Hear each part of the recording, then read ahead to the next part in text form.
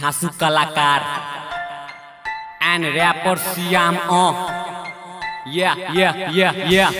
स्पीति के छौरा बन जति कलाकार एक दिन सोच में छे ओकरा ही लादे के सरकार। पहले घर के आदमी कही कले व्यापार, लेकिन आप बाप कही बेटा बनती कलाकार। कलाकार बन के छौरा करते बढ़िया काम छे, गरीब घर के लड़का उचलते अपन नाम।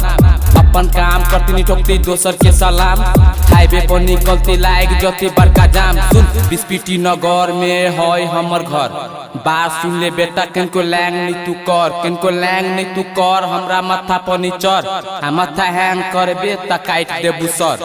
इज्जत तोरा करी छियो इज्जत हमरा कर, अपना साथी भाई के साथ तू रह केकरो से नहीं डर। हमर बात कर तू नहीं कर डर, घर गलत काम के तू छोड़ के सही काम के पकड़। बिस्पिट्टी नगर में है हमर घर, हमरा जोरे बेटा किनको लैंग नहीं तू कर, किनको लैंग नहीं तू कर हमरा माथा पर नीचर। माथा हैंग करबे त काट देबू सर। पहले सब कही कि दुनिया में आइल छे तो कुछो कले, कहीं का अगाड़ी बढ़ली तो 10 आदमी देख के जले। हमरा देख देख के उ सब बाजे अले टले, ओकरा देख के हमहू कहिए जे करबे से कले। आब हमर गाना फैल लगले हले हले, अगाड़ी अगाड़ी हम चलिए छौरी सब पछा पछा चले। आप छौरा सब देख देख के लगले हमरा जले। मन करैया दुनिया में तू नाम चला के धले, कुछो आइल छी दुनिया में करेला भाई। मेहनत क के अगाड़ी हम बढ़ेला भाई, दोसर के देख देख के नहीं जरेला भाई। कुछो करेला भाई अगाड़ी बढ़ेला भाई। हम गरीब घर के लड़का छिए, मेहनत क के खबै अपन जिंदगी के हम सबसे बढ़िया बनबै।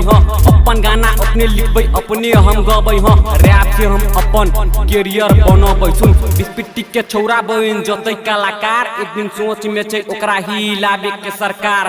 पहले घर के आदमी कहै कले व्यापार, लेकिन आप बाप कहै बेटा सुन सुन आप तो कहियो नहीं रुकबै अगाड़ी हम बढ़बै। जे जे बढ़िया काम होतै से सब हम करबै।